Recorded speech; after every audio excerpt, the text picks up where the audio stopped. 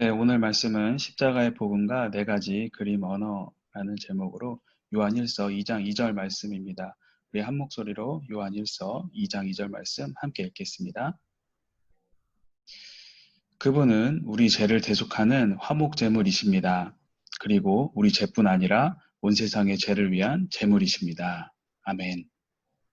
십자가의 가장 큰 역할은 무엇일까? 두 가지로 또 요약해 볼 수가 있습니다. 첫째는 영원히 씻을 수 없는 인류의 죄를 씻어줬다는 것입니다. 대속해줬다는 것입니다. 두 번째는 사탄의 권세와 정사와 권세를 무너뜨려 주셨다는 것이죠. 그러면 예수님께서 우리 죄를 대속해 주시고 사탄의 세력을 꺾어 주시는 것은 공짜로 된 일인가? 그냥 하나님이 그렇게 해라 그러니까 된 것인가? 아닙니다. 하나님이시라도 무소부재하시고 무소불능하신 하나님이시라도 대가를 치루었다는 것이죠. 대가를 치르지 않는 사랑은 없습니다.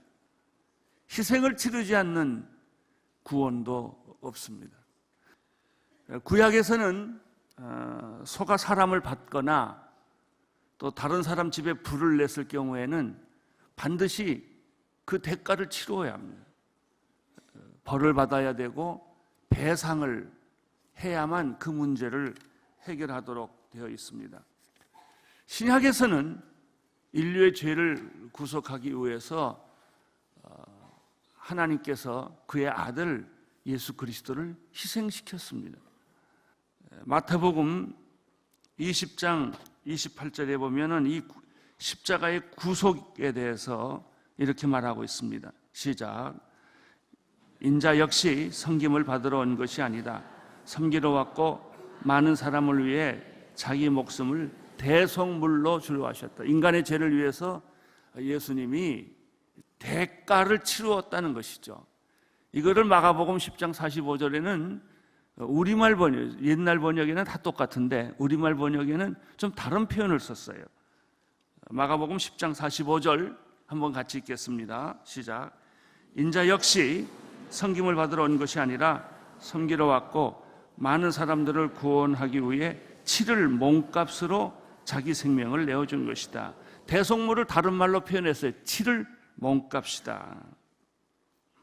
디모데전서 2장 6절 오늘 말씀인데 6절인데요. 시작. 그분은 모든 사람을 위해 자신을 대속물로 내어 주셨다. 이것이 적절한 때에 주어진 증거다. 갈라디아서 1장 4절 읽어 주세요. 예수 그리스도는 하나님 곧 우리 아버지의 뜻을 따라 이 악한 세대에서 우리를 건져내시려고 우리를 죄를 대신해서 자신의 몸을 내어 주셨습니다. 여러분 성경 여러 곳을 제가 찾아 읽는데요. 다 하는 얘기가 한결같이 예수는 우리의 대속물이었다. 예수 그리스도께서 우리의 대속물로 우리의 죄를 위하여 내가 그 죄값을 치러야 되는데 너는 죄값을 치를 능력이 없고 너는 죄값을 치르는 게 죽는 것밖에 없으니까 하나님 예수님이 대신 죽어서 우리의 죄값을 치루었다. 이제 이런 내용이 복음의 핵심이고 십자가 사상의 핵심이에요. 사도 바울은 이것을 설명할 때 어떻게 설명했나? 아주 재밌어요.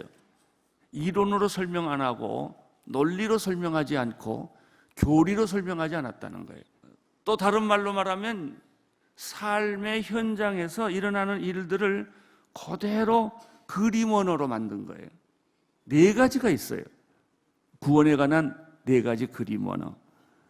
구속에 대한, 구원의 십자가에 대한 네 가지 그림 언어를 오늘 한번 다시 사도 바울을 통해서 설명함으로 여러분의 구원이 죽었다가 살아나기를 바라고 무감각했다가 아주 감동적인 구원의 메시지가 여러분에게 전달되기를 바랍니다.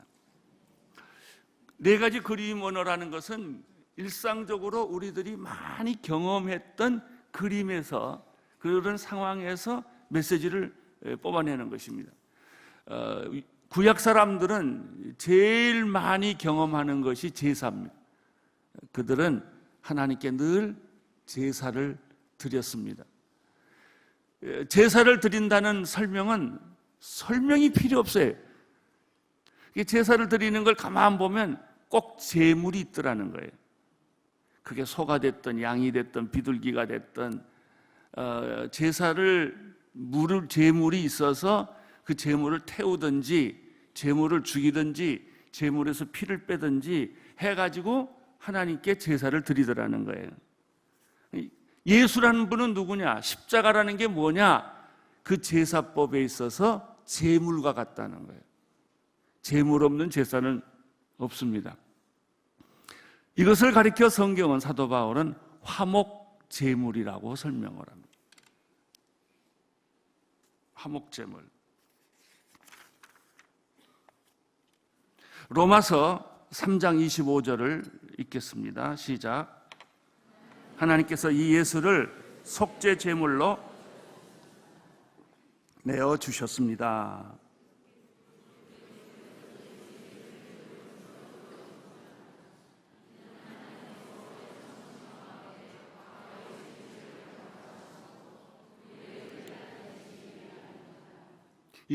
속죄 제물은 다른 성경에는 화목 제물로 설명되고 있습니다. 예수는 를 속죄 제물로 바쳤다 이렇게 되어 있습니다. 이것이 십자가입니다. 그러니까 불타는 거, 각을 뜨고 피를 흘리고 죽어가는 동물을 보면서 예수님이 가시면류관을 쓰시고 채찍에 맞으시고 조롱을 당하시고 두 손과 두 발에 못을 박으시고 허리에 창을 찌르던 모습이 마치 제단에서 짐승이 피 흘리며 소리 없이 죽어가는 거하고 똑같더라는 거예요.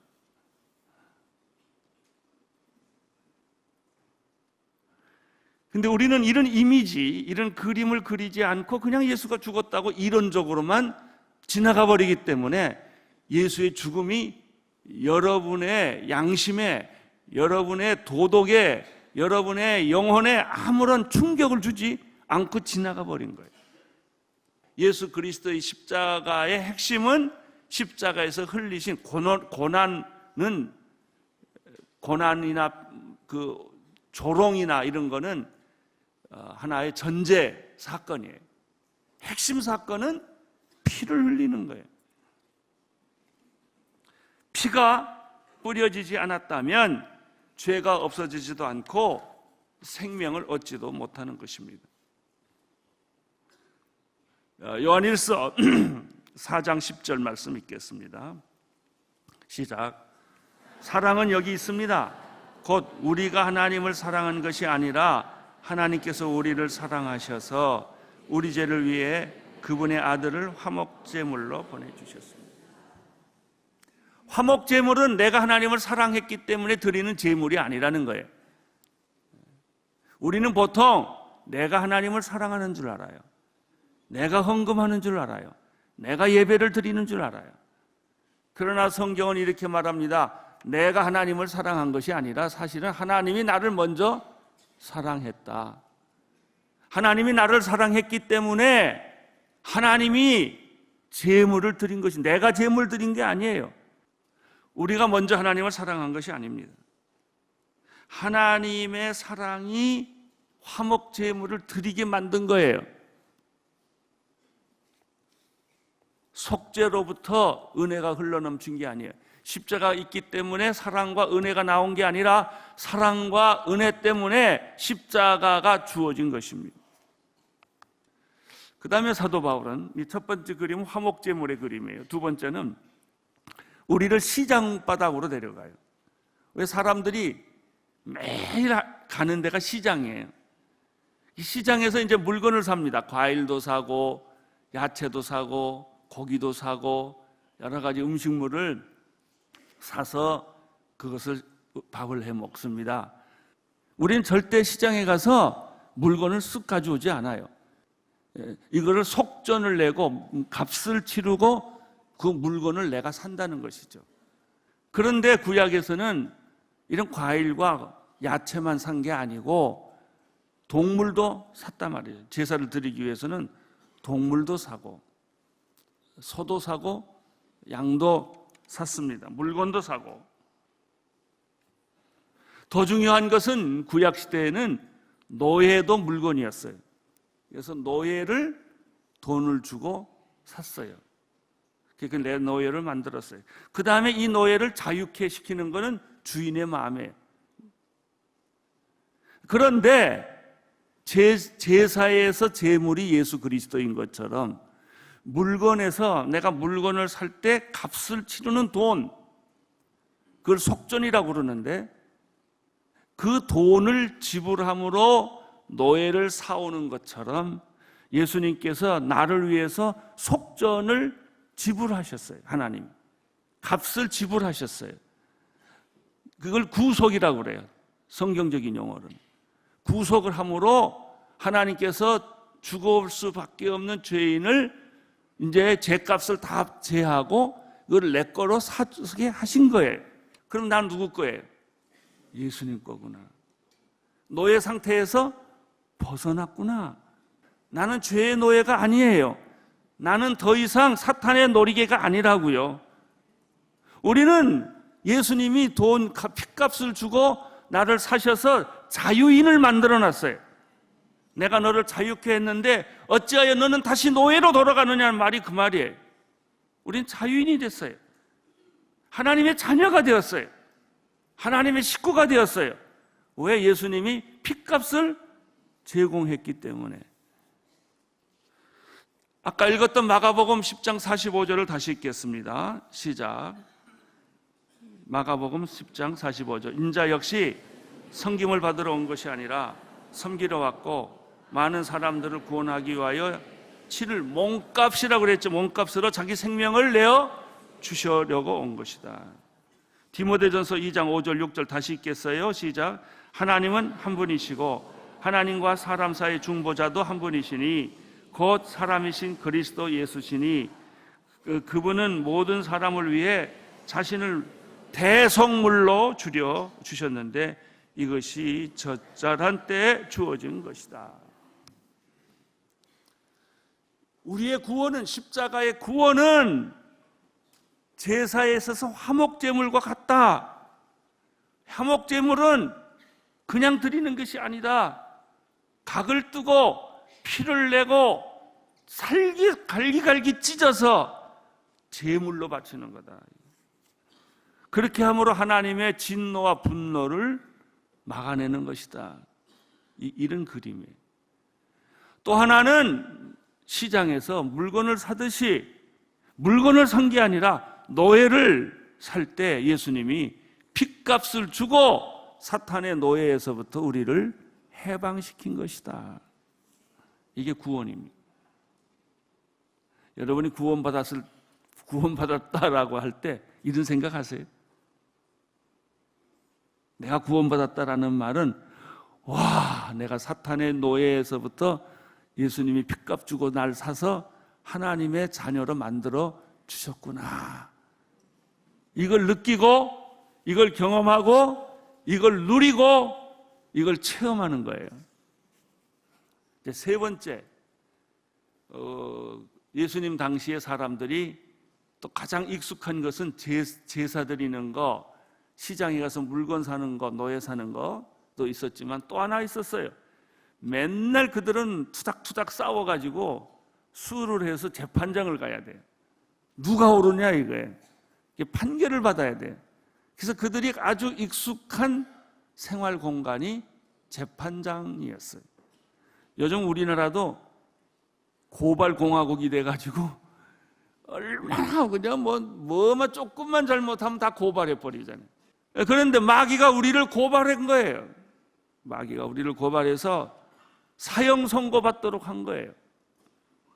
그 사실이에요. 죄값은 사망이에요. 하나님의 절대 정의 앞에, 거룩한 정의 앞에는 어떤 인간도 한 사람도 피해갈 수가 없어요. 그래서 우리는 사형 선고를 받은 거예요. 사형 선고를 받았는데 변호를 들으시더니 하나님이 결론을 내렸어요. 너는 사형 선고지만은 사형 선고를 안 내리고 무죄 선언을 하겠다 하고 선언해 버렸어요. 이걸 가리켜 칭의라고 그래요. 의롭다 하심을 받았다. 의롭지 않는데 의롭다 하시고, 선하지 않는데 선하다 하시고, 용서받을 수 없는 죄인인데 용서받은 죄인으로 만드신 거예요. 죄라는 부채를 탕감시켜 주었어요.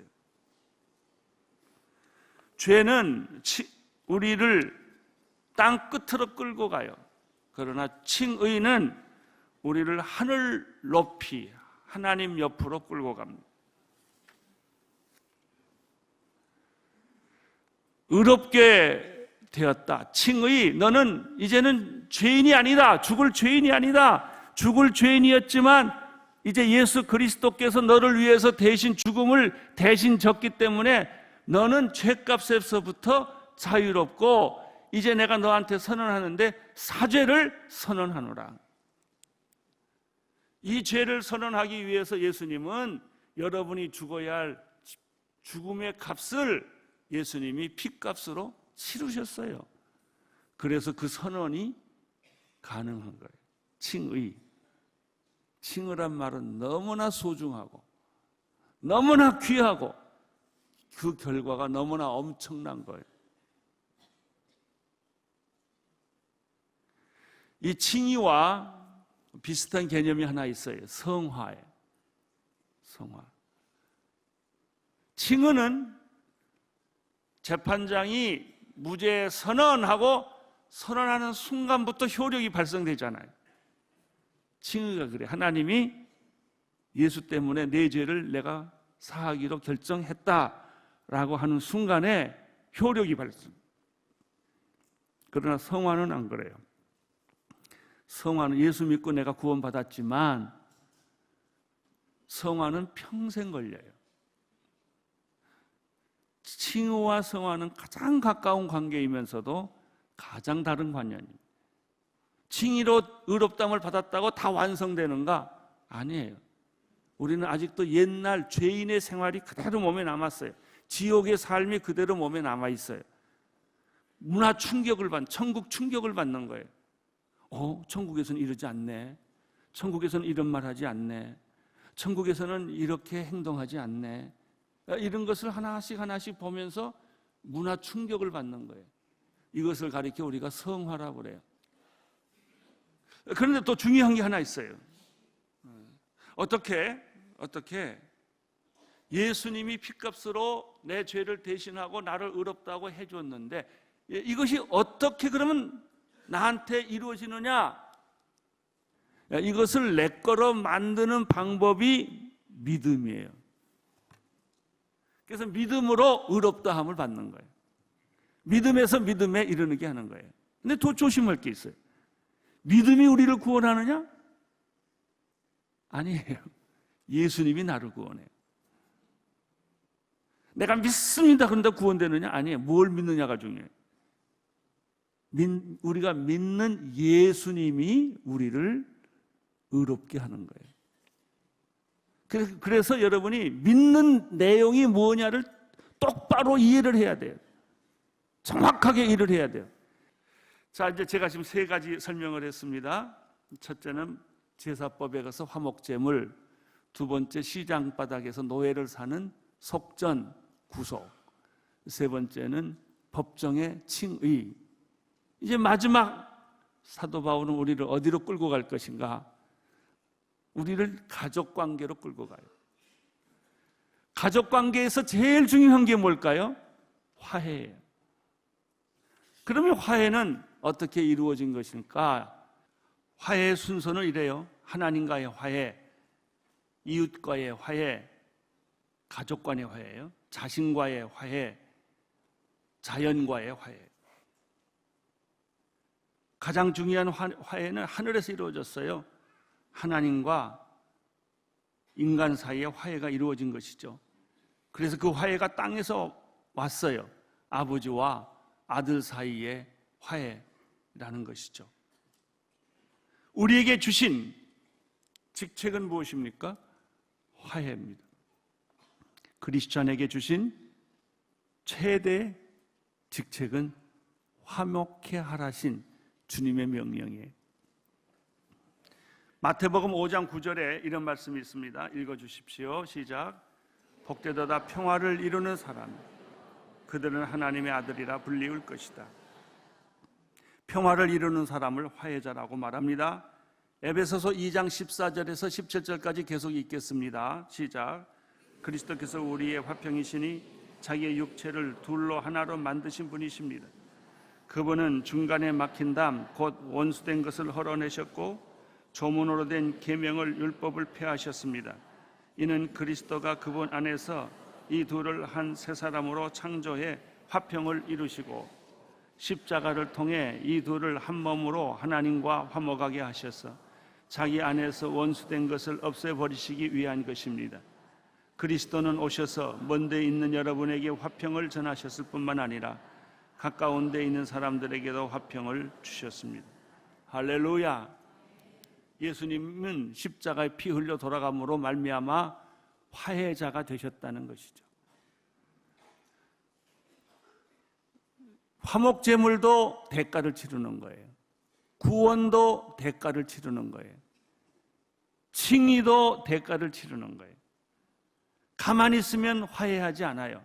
내가 희생해야 화해해요. 내가 손해봐야 화해를 한다고요. 지금 우리나라 민족에게 가장 필요한 것은 무엇일까요? 화해예요. 화목이에요. 갈등의 벽을 넘어서서 누군가 화해를 해요. 어떻게 화해가 될 수 있을까요? 소리 지르면 화해가 안 나요. 더 시끄러워져요. 근데 다 자기가 화해자라고 막 나서요. 근데 그 사람을 가만 보면 손해본 게 하나도 없어요. 희생한 게 하나도 없다고. 소리만 질러요. 그건 화해 아니에요. 진짜 화해자는 피투성이 날 만큼 손해봐야 돼. 자기 것을 포기해야 돼. 져줘야 돼요. 돈을 써야 돼. 자기가 희생을 해야 돼요. 값을 치러야 돼. 그래야만 화해가 이루어지는 거예요. 남북 통일이 되기 위해서는 누군가 대가를 치러야 돼요. 지역 갈등, 무슨 사상적 갈등, 이거 푸는 방법은 화해자가 필요해요. 화해자가 치루어야 될 것은 대가예요. 희생이에요. 이분이 예수 그리스도이세요. 그는 온 인류의 갈등을 자신의 죽음으로 화해를 시킨 것입니다. 기도하겠습니다. 하나님 아버지, 화해자가 되게 하옵소서. 하나님 아버지, 정말 우리들이 이 세상에 있는 모든 갈등을 위해 중보기도 하며 희생하며 헌신하는 자들이 되게 하여 주옵소서. 예수님 이름으로 기도드립니다. 아멘. 네, 오늘 주신 말씀 생각하시면서 우리 함께 기도했으면 좋겠습니다. 첫 번째, 십자가에 달려 피 흘리신 예수님을 기억하며 우리를 향한 하나님의 사랑 잊지 않게 하여 주시옵소서. 두 번째, 예수님의 구속하심으로 죽을 수밖에 없었던 죄인된 우리를 주님의 소유가 되게 하심 잊지 않게 하여 주시옵소서. 세 번째, 죄로 인해 사형 선고를 받은 우리에게 의롭다 하심을 선포하신 하나님의 은혜를 기억하고 예수님의 믿음으로 의롭다함을 얻는다라는 것을 잊지 않게 하여 주시옵소서. 마지막 네 번째, 십자가의 죽음으로 온 인류를 화목케 하신 주님을 기억하며 복음 전함에 있어서 나의 모든 것을 포기하고 희생하는 자 되게 하여 주시옵소서. 우리 네 가지 기도 제목을 놓고 함께 기도하도록 하겠습니다. 하나님 아버지 감사합니다. 주님, 죄인된 우리들을 십자가에 달려 피 흘리심으로 죄값의 우리를 사신 주님 감사합니다. 하나님의 그 사랑을 잊지 않게 하여 주시옵소서. 주님의 구속하심으로 죄값으로 사심으로 죽을 수밖에 없었던 죄인된 우리를 주님의 자녀 삼아주심에 너무나도 감사를 드립니다. 이 사실을 언제나 함께 잊지 않고 살아가게 하여 주시옵소서. 죄로 인해 사형 선고를 받은 우리에게 의롭다 하심을, 칭의를 선포하신 하나님, 이 주님께서 선포하신 의롭다 하심을 잊지 않고 기억하면서 이 모든 것이 주님을 믿음으로 인하여서 이루어진다라는 주님 진리를 잊지 않게 하여 주시옵소서. 십자가의 죽음으로 온 인류를 화평케 하신 예수님을 기억하면서 복음 전함에 있어서도 나도 주님을 따라가며 주님을 닮아가며 화목해 하는, 그래서 나의 모든 것을 희생하며 던지는 주님의 거룩한 자녀 되게 하여 주시옵소서. 우리 두 번째 기도 제목 함께 보도록 하겠습니다. 두 번째 기도 제목에서는 우리 대한민국 리더십들을 위해서 함께 기도하겠습니다. 대한민국을 이끄는 리더십들이 주님 앞에 바로 서는 자 되게 하여 주시옵소서. 하나님께서 바라시는 나라가 될 수 있도록 주님의 지혜를 구하는, 그리고 주님의 지혜, 주님께서 주님을 허락하여 주시옵소서. 두 번째, 대한민국 정치가들이 서로의 약점을 찾아 헐뜯는데 심취한 것이 아니라 서로를 용서하고 이해하고 주님의 사랑으로 품는 자들 되게 하여 주시옵소서. 그리고 세 번째, 대한민국의 경제 지도자들이 다른 이들의 잘못을 탓하기 이전에 먼저 자신을 돌아보는 자 되게 하여 주시옵소서.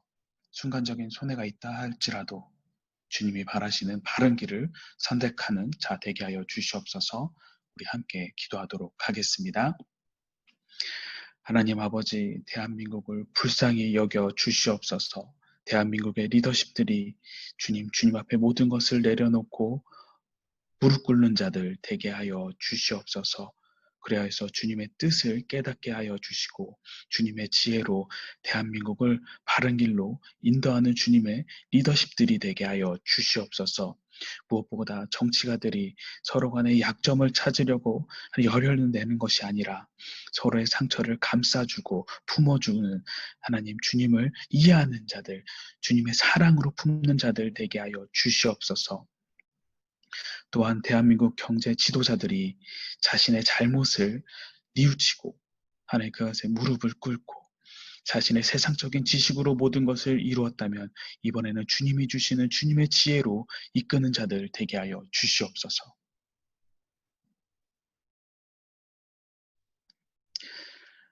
하나님 아버지, 죽을 수밖에 없었던 죄인된 우리를 위해서 십자가에 달려 주님의 피값으로 사신 주님, 주님의 사랑과 은혜에 감사드립니다.